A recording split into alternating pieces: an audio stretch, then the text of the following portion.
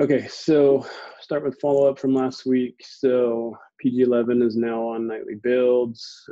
Grant got PG11 through the 10K reference architecture, said everything went well, and he gave us a very detailed breakdown at the bottom of the issue.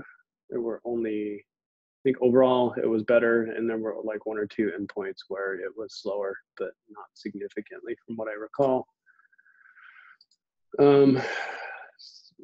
We did create an issue to discuss how sharding would have helped based off of previous database incidents. The issue was created, but we haven't actually added any content to this, so it's something we can focus on for this week, and we'll add as a follow-up item. And then, so I started working on an update for the working group page, and I did it in a doc instead of an MR because my laptop crashed this week, and I didn't know when I was going to get it back, and I didn't want to have to transfer all that work. So, Christopher, yeah, I will.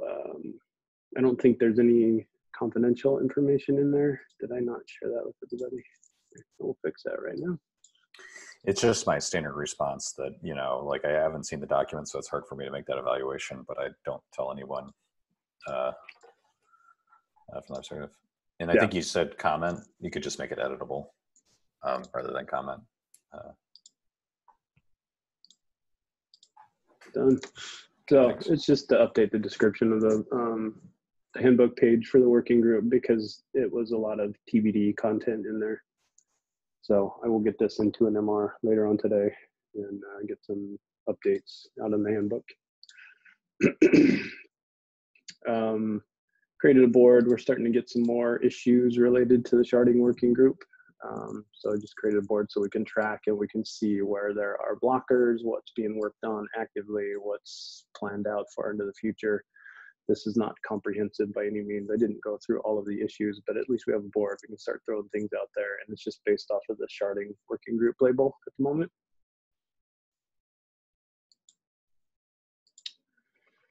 And next up, Andreas, you had a partitioning spike that you were going to work on.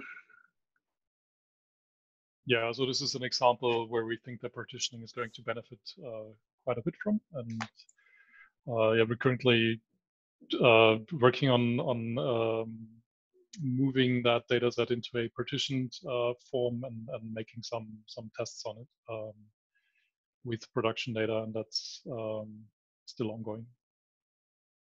Yep. Right. And then just today created the issue to start investigating Citus. Yeah, I'm actually reading into CitusDB, and it's very similar to what we've been discussing recently, and yeah, it resonates with that quite a bit. I would like to explore that more. I think there is more work that we have to do in any case than just exchanging the database system. So I don't think there is a magic solution where we just change the database system. There's always going to be work that needs to be done in the application as well. And maybe we can use that issue to discuss how a POC or any kind of exploration of CitusDB as a solution would look like. It's still vague at this point. I just created that today, so looking for any comments or thoughts on that.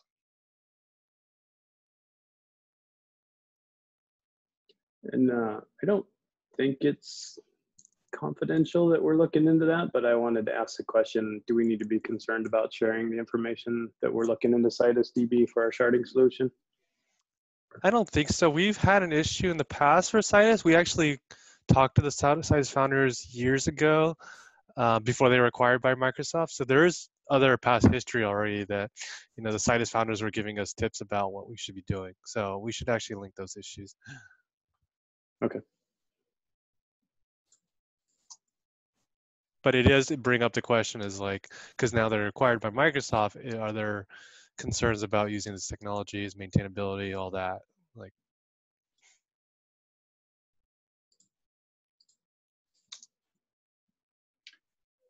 is the the results that we got from that time, is that covered in those issues, or is that somewhere else? I don't think anybody actually did any work towards it. I think it was just the Citus people coming in and saying, here's what you do, here are some limitations, and then I think there's some discussion with Yorick saying, we don't need this right now. So we didn't pursue it at the time. Okay, thanks. Then I see Jose frantically updating capacity planning updates. It looks like progress will happen more this week. Yes, we created the environment initially. We are having a chat now with DBRE and SRE. And also we are using a tool, like the loading tool from GitLab, and we have to align some points in this week, and we'll have an update. Also, we are focused on the upgrade, doing tests and so on. So we are a bit like working on both fronts. Okay. And I haven't reviewed all the things that we've done so far. I can't think of any roadblocks right now for us to upgrade to Postgres 11. That might be, I don't know, Mac, did you have any concerns about the upgrade of .com to PG11?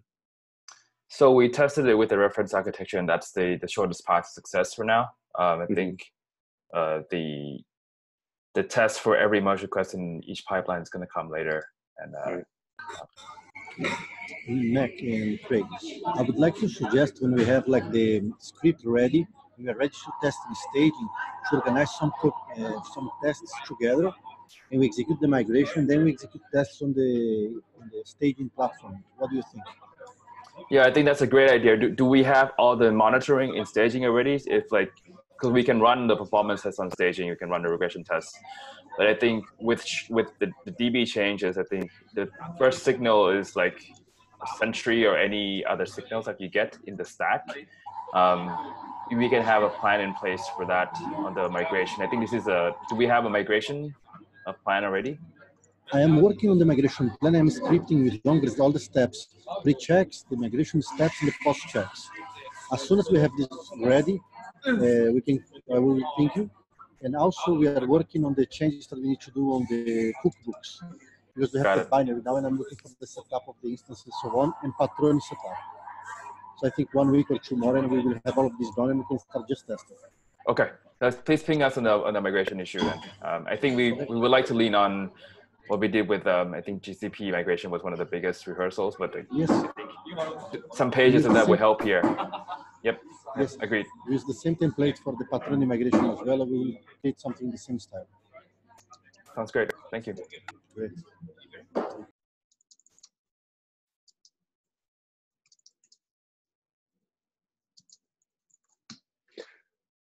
Ben, you want to verbalize your question?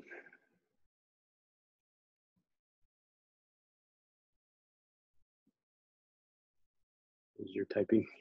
Sorry, I was just finishing up my typing thoughts into the doc. No worries. With this PG upgrade, is there any specific problem or plan for there's some kind of collation of other issues with Postgres upgrades? I know there's I remember from previous conversations about Postgres upgrades that it wasn't going to be smooth due to replication or libc changes, I think. We are executing the upgrade in the same host, and we are having some pre-checks for this part. So we will cover the testing there. Okay, so we're not doing any of the underlying upgrade Ubuntu changes to get off of the current Ubuntu servers. No.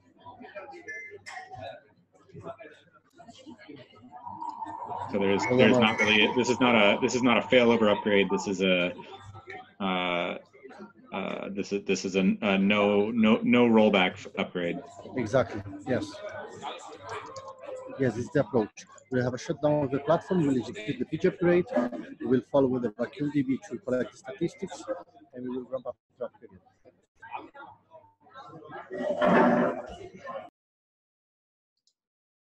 Okay. On the bin for your questions for growth, I'm assuming those will be covered in the capacity planning updates. Can you confirm, Jose, are these covered in capacity planning updates, or are there specific areas that we need to answer or address separately? Yes, This is actually more of a question for Eric. More business type growth. Yeah, because basically, like, we have the current like capacity projections based on current use, but what is, like, this is more of a market share question. Is, realistically, I was thinking, what could be our possible potential growth rate, and what level of sharding and what kind of sharding techniques would let us operate for how long, because just thinking kind of long term, how much input effort it is for various sharding techniques and plans versus how much opportunity we get out of them. Like Eric said, he wanted to be able to open the floodgates to sales, but what would that actually look like? Christopher, do you have any of that data? I actually was going to ask Josh if he had a better visibility to that from that perspective. Yeah. Last I looked, Josh, are you there?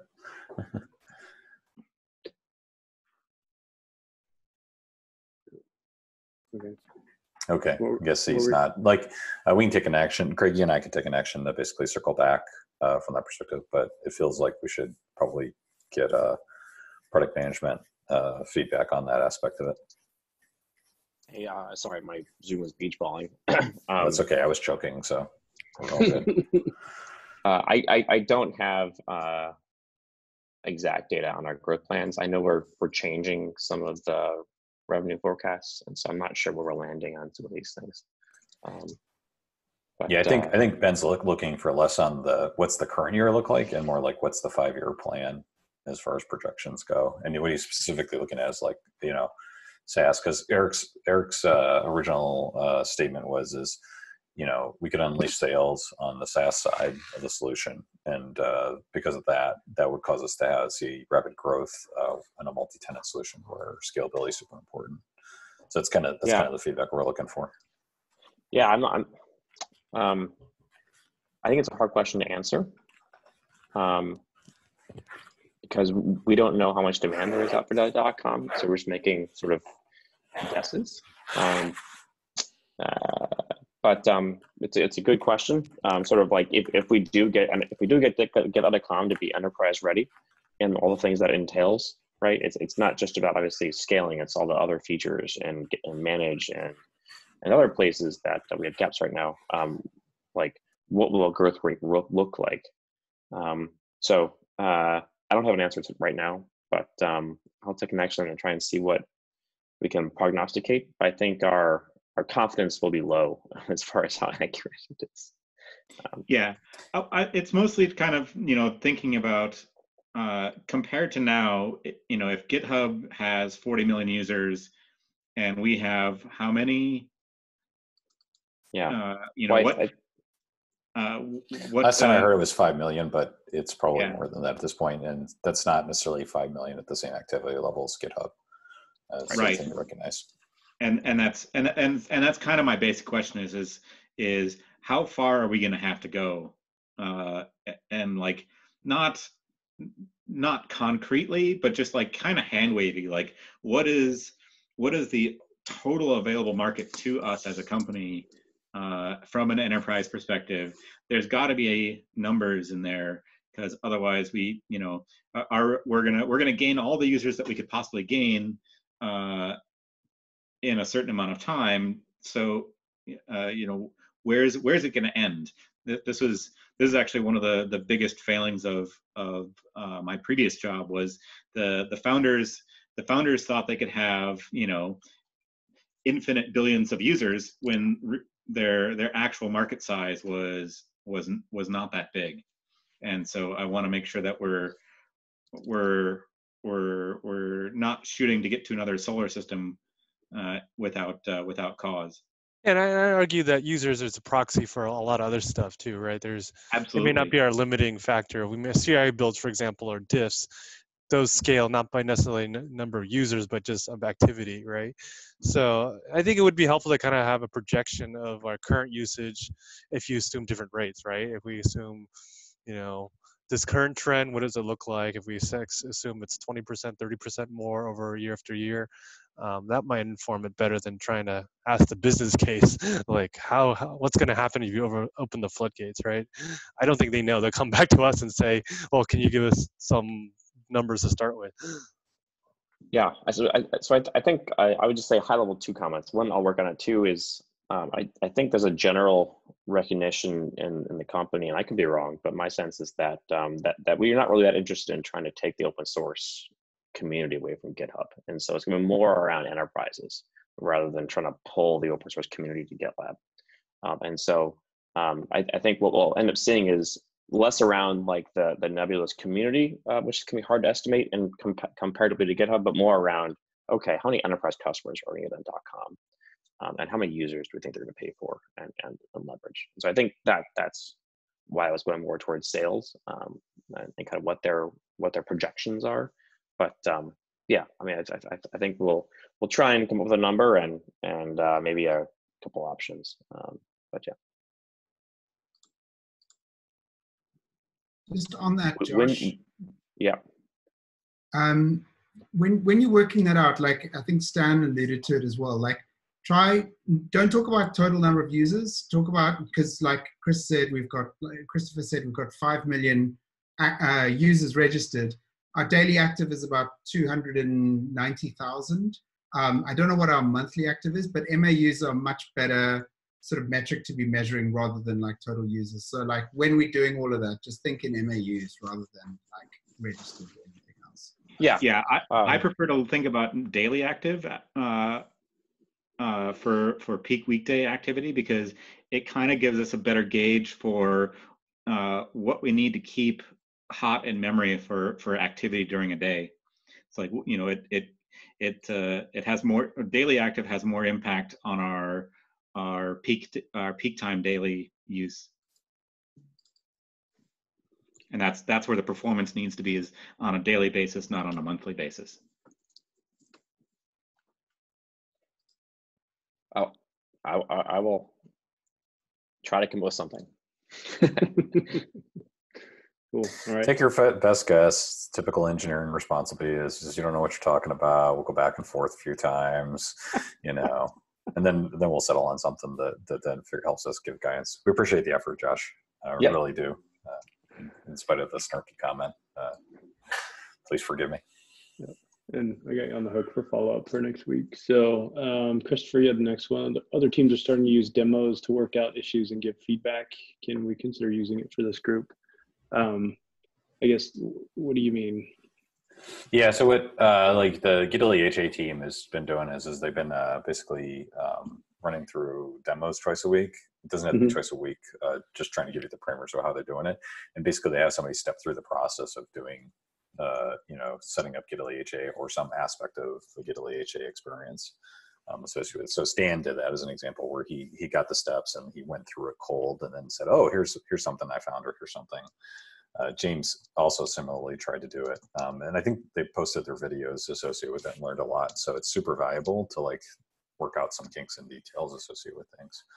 So I could see in this particular case, you know, like a good example is if we decide to go with Citus, you know, running through to set up a Citus might be super valuable just to get the experience, or you know, looking at what a migration might look like to Citus as an example might be, you know, so that's kind of the general concept. I don't have any initial thoughts. Andreas, do you? Yeah, I think it's a good idea to show what we're working on and what the results are. I guess those demos can be recorded and shared. Yeah, and then the other part of it is you know, we can get other engineers to basically come in. Stan's a great guinea pig for that as an example, or you know, others. Stan, I hope I'm not being too forward and asking you. No, it's fine. I'm laughing because I think we're still a little ways away from having anything trying to demo. I think there's a lot of just like kicking the tires before we actually try to drive the car. Yeah, I agree with that, though. I'll always encourage us to do it sooner than later because it'll help us just kind of flesh those things out or get feedback. And then does that fall into the next comment about timing consideration to this aspect? Yeah, that's where Craig, if you can get a feel for it and then just kind of get back to me on the timeline, kind of just gives me a better idea of it from that perspective. Yep. And that kind of rolls into the Citus POC. The issue was just spun up today. I know we've talked about it anecdotally amongst the team for a little bit here, like days, probably scale of days. Don't know. Andreas, do you have any thoughts on how long the Citus POC would take? Initial gut reaction? Actually, if you just open it today, don't answer Andreas. Take the week, figure it out, like come up with an idea, and if we can get the issue kind of updated with that. I didn't even notice that it got open today. So yeah, I think I created that issue for exactly that, to figure out what we have to do, what the roadblocks are. So I'll update it until next week.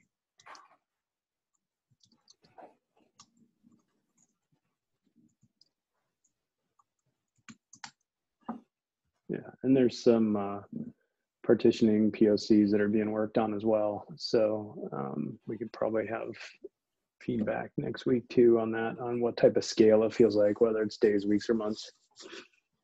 Yeah, the main thing is just thinking in terms of like if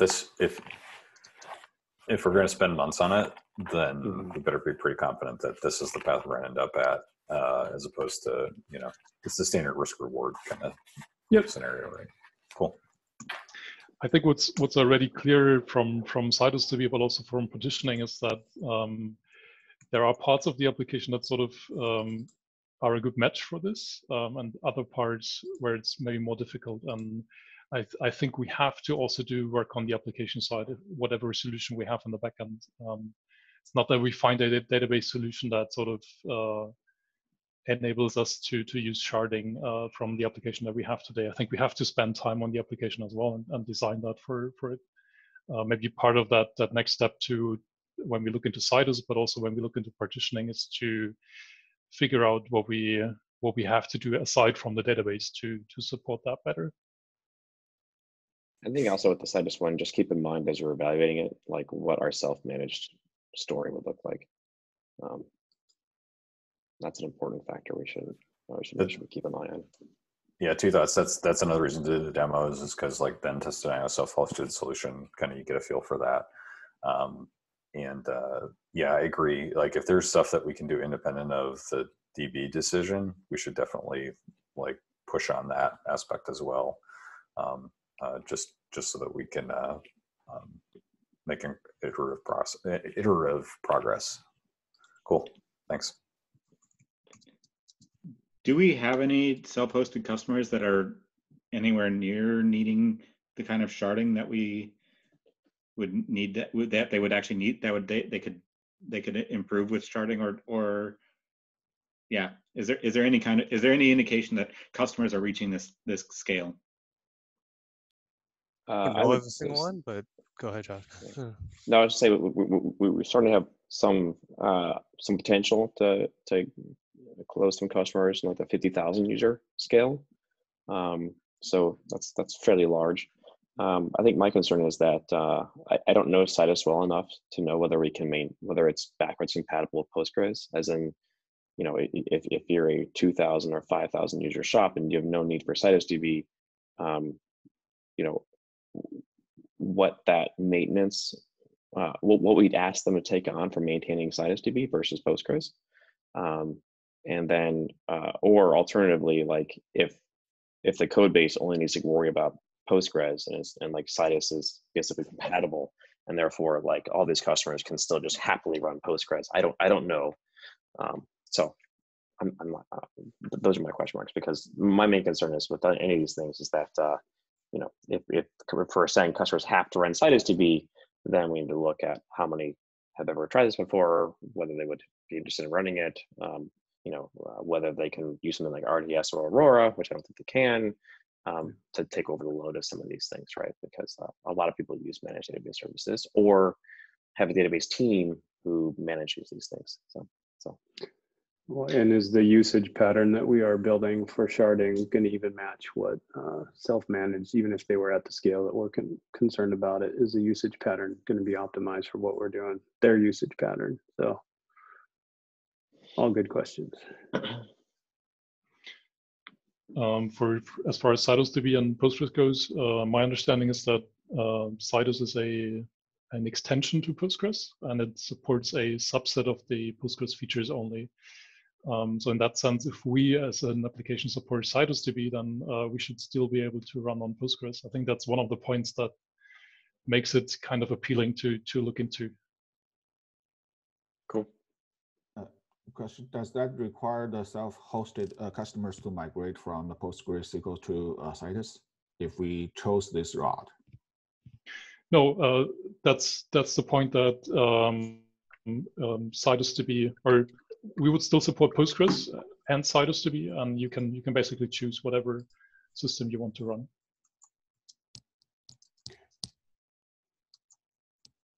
Yeah, but I think Citus is a Postgres extension. So I think the only cloud provider that provides it out of the box now is Azure now, right? Because they've made it a product. AWS, Google Cloud probably don't support as an extension yet. I think Azure, they even have their own service for that. It's not only not a drop-in or an extension to Postgres. They have their completely independent service built around that. Yeah. So I think just keep it in mind. I have no idea what the long-term plan is for Citus, like whether they plan on continuing to have it be basically binary compatible with Postgres or not. I don't know. Yeah, I mean, I think if customers can still run Postgres, that's great. And then, where we think, then we can just say like, look, if you're hitting 100,000 users, you need to migrate to Citus, and that's just like at that scale, it's I think it's an okay thing to say to people. Because we're getting into some pretty unique territory as far as scaling.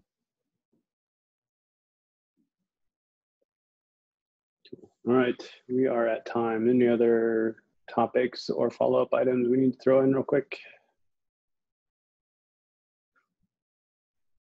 I'll take that as a no. Thanks, everybody. Happy Monday.